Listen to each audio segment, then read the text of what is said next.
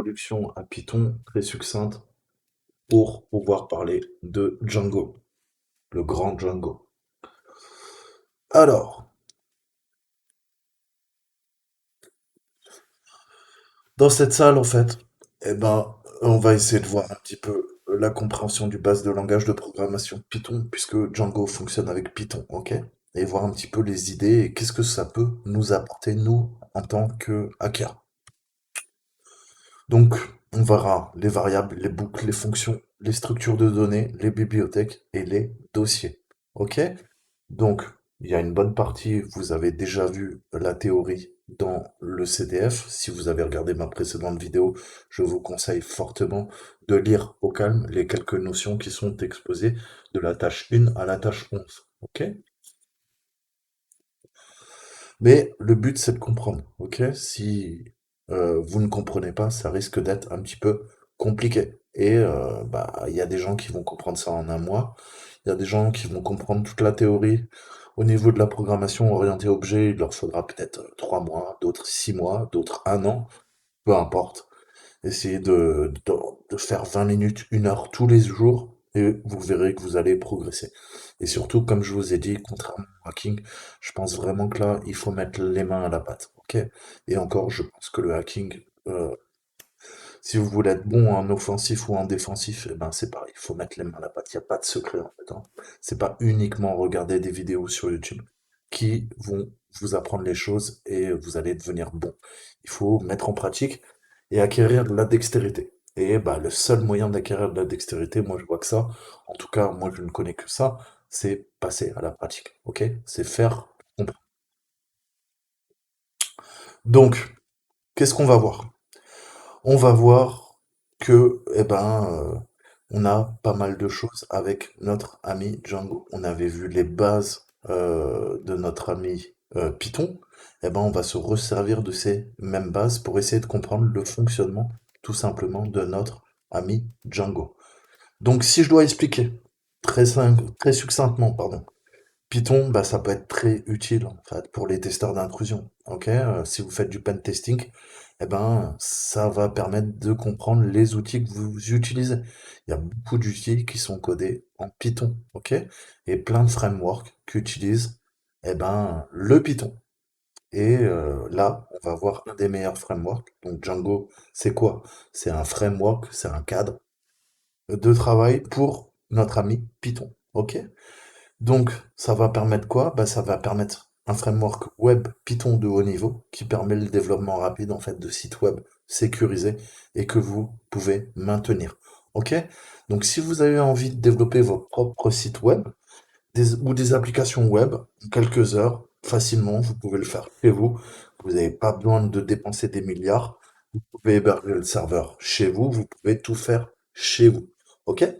Et nous, d'un point de vue d'un attaquant, héberger un serveur assez rapidement, ça va nous permettre soit de s'en servir pour comme proxy, pour héberger des fichiers, ou pour rerouter nos cibles et faire des actions malicieuses si jamais les utilisateurs se connectent à notre site. Donc Django, il peut faire quoi? Bah, il peut compiler automatiquement du code HTML en fait, hein. Donc ça va permettre à toute personne qui n'a pas une connaissance avancée des langages de balisage de développer un site web. En plus, Django, c'est l'un des meilleurs frameworks de développement parce qu'il est vraiment sécurisé. Avec une bonne configuration, pardon, ça résiste aux injections SQL et au XSS, donc Cross-Site Scripting. Dans l'ensemble, si vous connaissez Python et que vous envisagez de créer un site web, Django, ça peut être vraiment un bon choix.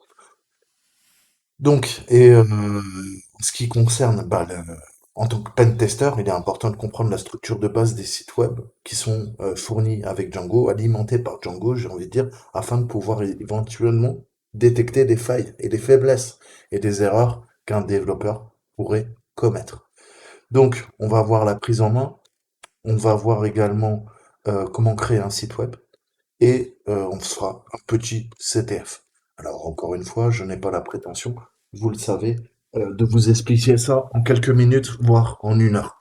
Ça sera à vous, après, de creuser toutes les notions.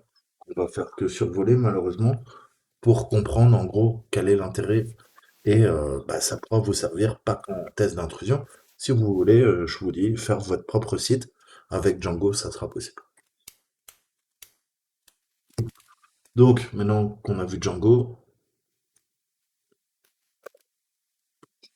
on va faire du Django, plus sérieusement. Donc, démarrons un peu. On va voir toutes ces notions. Ok, on va se lancer un petit terminal et on va voir d'abord l'aspect bah, prise en main, configuration, parce qu'il n'est pas forcément peut-être préinstallé sur Kali. Donc on va voir ça. Donc si vous avez aucune expérience en Python, je vous recommande de faire encore une fois hein, de voir les bases, introduction à Python. Et là, qu'est-ce qu'on va faire? On va utiliser du Python 3, donc c'est la dernière. Nous, on est en 3.9, je crois, de mémoire.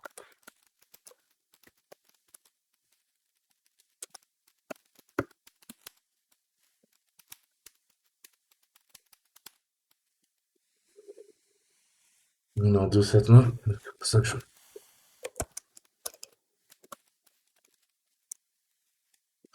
on est en 3.9.2. Ok, donc ça date de février, le 28 février 2021. Donc on n'est pas trop mal, on va utiliser cette version et je me baserai sur cette version. Mais de toute façon, n'importe quelle version en 3.0, ok, peu importe ce qu'il y a ensuite, fonctionnera. Ok. Donc là, je vais utiliser la fonction de sortie pour quitter Python. Au revoir, merci. Et on va installer Django. Donc je vous ai dit tous les modules, toutes les librairies et tout ça, on a un superbe utilitaire qui s'appelle pip, ok? Pip, eh ben pip, on va l'utiliser pour installer. Comment on fait ça? Ben, on l'installe. On est en Python 3, donc on va utiliser pip 3 parce qu'avant on avait bah, pip 1, pip 2, pip 3. Mais les seules commandes qui fonctionnent, c'est soit pip 3. Pip 2, ça ne marchera pas. Mais je vous conseille tout le temps d'utiliser la dernière version qui a été mise à jour. Et on va installer bah, Django. Donc je lui demande quoi? Install. Et je veux quoi? Django. Alors, il y a une syntaxe. Imaginons que je veux installer une version précise et pas la dernière. Je vais lui dire, bah écoute, je veux la, par exemple, je sais pas, la 2.12. Là, il va me prendre la 2.12, la version que je lui spécifie. Si je lui mets rien, il va me prendre la version la plus récente. Ok? Ça, c'est tout le temps comme ça. C'est la nomenclature, la syntaxe, pardon. Donc lui, il me prend la 2.20, c'est bien la 2.20, et elle est déjà préinstallée sur Kali. Très très bien. On n'aura pas besoin de la télécharger. Donc maintenant, on peut créer et configurer notre premier site web. Le premier truc qu'on va faire, en fait, on va créer un répertoire pour nos fichiers. Les fichiers de notre projet. Et on va essayer d'y accéder en ligne de commande. Alors, comment on démarre un projet? Eh ben, on va taper notre commande sudo élévation de privilège. On va demander Django. OK. En tant qu'admin. On va lui dire, bah, tu démarres mon projet, start project, et moi je vais l'appeler app. Ok, c'est fait. On n'a pas de message d'erreur.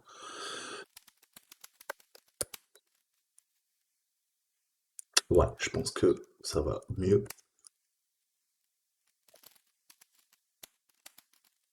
Ok.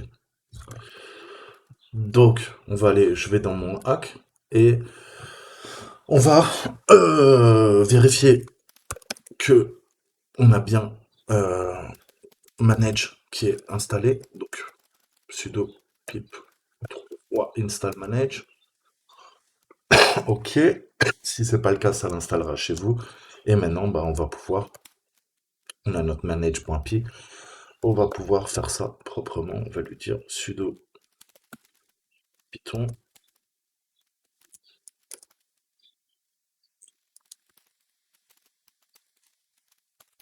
manage.py migrate. Voilà. Donc, grâce à ça, il nous met en place bah, tout ce qu'il nous faut pour pouvoir avoir notre petit serveur. Donc, maintenant qu'on a fait ces opérations, on a dans mon arborescence app, on a une base SQLite, ok, ça va être notre base de données, puisque généralement, bah, s'il y a un site web, il y a une base de données, en fait. C'est dur de faire fonctionner un site sans base de données. Même aujourd'hui, sans base de données, vous faites pas grand-chose, j'ai envie de dire. Donc, on va se faire la commande run server. Et run server, c'est la commande la plus importante qui est utilisée avec ManageP, en fait. Ça vous permet de déployer votre site web sur le serveur. Donc, Django, il a une fonctionnalité qui est géniale, qui permet de voir instantanément les modifications apportées sur le site web sans le redémarrer. Parce qu'en principe, en théorie, on doit redémarrer notre site web pour pouvoir récupérer la nouvelle mise à jour si on apporte des modifications. Donc il est uniquement nécessaire de redémarrer la commande run server lors de l'ajout d'une nouvelle application web. Donc on va s'exécuter cette commande et ensuite on verra qu'on peut accéder à notre site web avec l'adresse indiquée. Donc,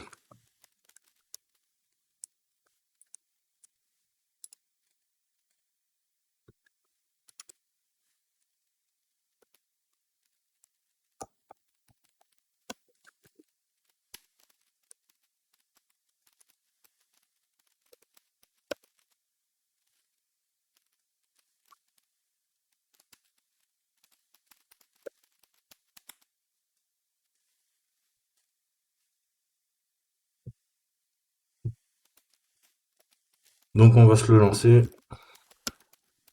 Sudo python 3. Donc manage p, il va nous servir. On ne veut plus notre migration, on veut notre commande. La commande c'est run server. OK. Donc qu'est-ce qu'il nous dit? Il nous dit, en gros, ça y est, je te fais tourner ton serveur, je te l'ai poussé, ok? Je t'ai créé Axe Settings, donc c'est les réglages, parce que ton projet s'appelle Axe, ok? Et je te fais tourner une version de dev sur le 127.0.0.0.1. Donc il y a deux types en fait, hein. Il y a des serveurs de développement et il y a des serveurs de production, ok? Donc la grosse différence majeure, on va dire, c'est en termes de débugage. Ok? On a des options de debugging, de débugage, de debug qui sont très utiles quand vous êtes en dev, en fait, qui vont vous permettre de rectifier les erreurs. Le problème, c'est que si on laisse ces options effectives sur un serveur de production, donc qui peut être atteint de l'extérieur, là, vous risquez de vous faire pirater votre serveur. Pourquoi? Parce qu'on peut tout à fait détourner des options de développement, notamment celle de debugging, pour pouvoir accéder à des ressources en théorie qu'un utilisateur lambda venant de l'extérieur ne devrait pas avoir accès. Donc la première des erreurs, en fait, c'est que la plupart des gens passent en production et ils oublient de modifier les réglages et ils laissent le serveur en dev et en mode dev. On peut faire des appels à des fonctions de debugging qui vont permettre tout simplement de pirater le serveur. Ok? Donc on verra ça plus tard, mais c'est déjà ce qu'il faut retenir, hein, entre la prod et le dev. Donc là, on voit qu'il tourne sur notre localhost, sur le port 8000. Et si vous souhaitez exécuter le serveur sur votre réseau local, vous avez juste à ajouter ce qui est fait par défaut, le 0.0.0.8000. C'est pareil que le 127.0.0.1. Là, il tourne sur notre localhost, ok? Donc là, comment j'y accède? Eh ben, j'ai juste à me connecter, mais il va falloir qu'on se crée quand même un utilisateur. Mais on va ouvrir le lien et vous allez voir qu'on arrive sur notre serveur Django en 2.2. Donc ça y est, là on est en train d'héberger sur notre machine notre serveur. Il nous dit que l'installation a bien fonctionné, félicitations. Si vous voulez... attends. Donc voilà, il nous dit si vous voyez cette page à cause de debug qui est égal à true, alors faites les réglages hein, dans vos fichiers de réglages, c'est le cas de le dire, et ça veut dire aussi que vous n'avez configuré aucune URL. Donc c'est normal, là on est en dev, mais maintenant qu'est-ce qu'on va se faire? Il faut qu'on se crée un utilisateur. Donc on va venir se créer un utilisateur. Pourquoi? Pour pouvoir tout simplement se connecter en tant qu'admin. Ok. Donc ça c'est cool. Je m'ouvre un autre truc, je zoome un peu pour que vous voyez, Et qu'est-ce que je refais? Je refais ma petite commande. Donc, on va se faire un sudo python 3. Je veux quoi? Manage.py. Et qu'est-ce que je veux? Je veux créer un super user.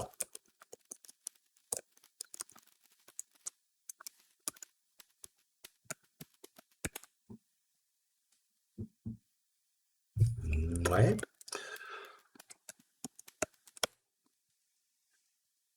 Comment ça?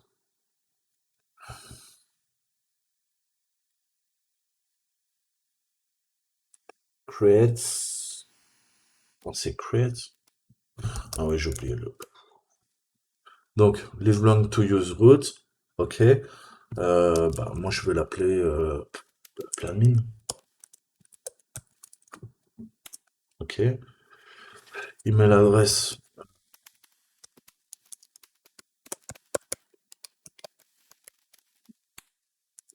Et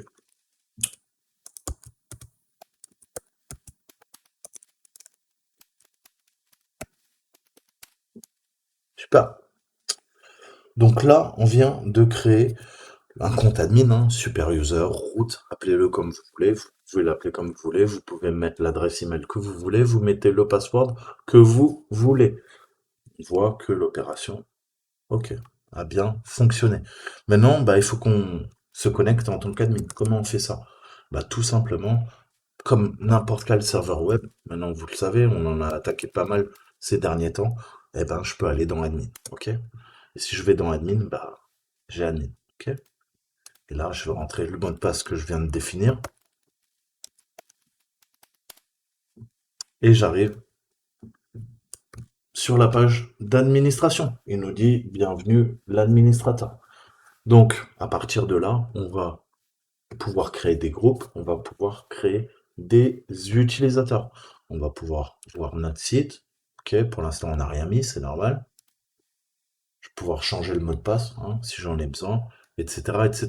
Donc, c'est une page d'administration, j'ai envie de dire classique. Ok. Et ensuite, bah, on va démarrer, on va initialiser une application dans notre projet. Les projets Django, en fait, ils peuvent avoir un nombre infini d'applications. Comment on fait ça? Bah, je vais vous montrer la commande.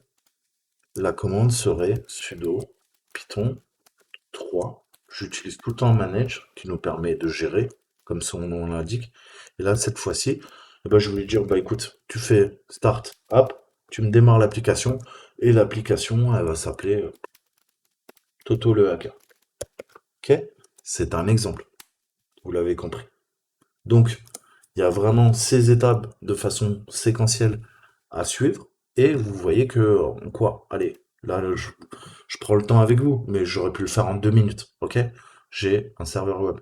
Après, j'ai quoi? J'ai juste à coder bah, un index.php et coder bah, une page en HTML, ok, avec un peu de CSS. Et ça y est, j'ai mon site qui est hébergé. OK? Et bien sûr, après, bah, l'intégrer à la base SQLite, si jamais on a un site complexe. Si c'est une simple page de présentation avec votre CV, par exemple, eh ben, vous n'avez pas besoin de la base de données, à la limite. Ça va, il n'y a qu'une ressource qui va être intégrée. Si le site est complexe, c'est là tout l'intérêt de la base de données. OK? Mais de toute façon, si, quand on va créer des groupes des utilisateurs, là, moi-même, je suis enregistré via la base SQLite, ok? Pour l'instant, le compte admin, il est enregistré là-dedans. Donc de toute façon, on ne peut pas s'en passer. Mais ce que je veux dire, c'est qu'elle va servir à des fins d'administration, elle servira pas les pages Internet. Plus il sera complexe, plus vous aurez besoin de la base de données. Si c'est juste charger une page dans le navigateur, on s'en fout, en fait. On n'aura pas besoin d'elle. Tout va dépendre de la complexité de votre code source et de la page que vous voulez tout simplement présenter. Ok? Donc, euh, voilà, donc c'était très succinct, mais vous voyez qu'on peut facilement hein, faire ça. Donc, comment on peut créer une application qui s'appelle Forms, ok? On va passer en français si vous voulez.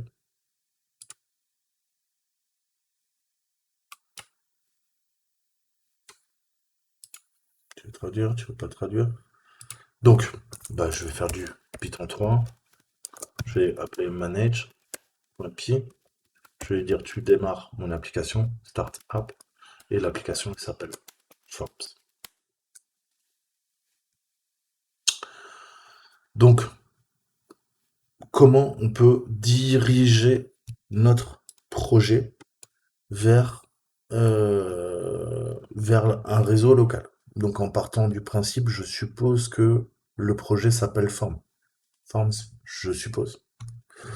Alors, on a vu que au tout début, quand vous lancez votre serveur, vous pouvez tout à fait lui donner en fait l'adresse IP que vous le souhaitez sur votre réseau local, ok? Ouvrir un port spécifique ou le rediriger vers un autre port spécifique.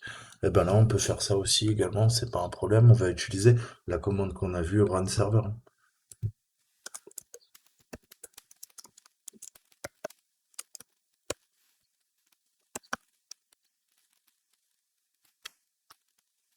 Donc, manage P, je veux quoi? Run server, et je le veux par exemple sur le 0000 par 8000. Ok? Par défaut, vous voyez qu'il est configuré sur le 000 8000. Ok? Le mien, on a bien vu qu'il tourne. Il tourne sur le 8000. Tout ça, c'est servi sur mon localhost. Ok? Et vous savez que le 127.0.0.1, c'est égal à 0.0.0.0. C'est exactement pareil. On peut l'appeler de deux façons. Et c'est quoi? Bah, c'est le localhost. Et il y a une partie aussi loopback. Mais là, c'est le localhost. Donc, ça permet à quoi? Quand on est en dev, quand on fait du développement, on va pas pousser notre serveur web, le connecter entre guillemets à Internet tout de suite. On va faire des tests en local, sur notre machine. Et ben là, le serveur, il n'est pas encore connecté à Internet, il tourne uniquement dans ma machine. Il n'y a que moi qui peux m'y connecter. OK? Et après, eh ben, il faudra lui attribuer une vraie adresse IP pour qu'il soit atteignable de l'extérieur. Mais vous voyez que là, bah, il répond. Toutes les fonctions get, là, qu'est-ce que ça fait? Bah, quand je me balade dans l'interface de programmation, eh ben, il fait les choses. Si je lui demande par exemple un logout, qu'est-ce qu'il fait? 302, au revoir. J'essaie de me reconnecter. Boom, login. Qu'est-ce qu'il fait? Eh ben, il va mettre à jour exactement les actions que j'ai fait. OK? Donc on voit bien que en temps réel, il charge, il récupère du post, je me suis connecté, du get pour récupérer les ressources qui sont sur le site. Donc là, rien de bien compliqué. Je pense que ça coule un peu de source. Alors, plus complexe. Maintenant, on va voir la création du site web en soi, ok? On va créer une application très simple, vous inquiétez pas, et on va utiliser, certaines techniques en fait, hein, pour voir comment on peut faire tout ça.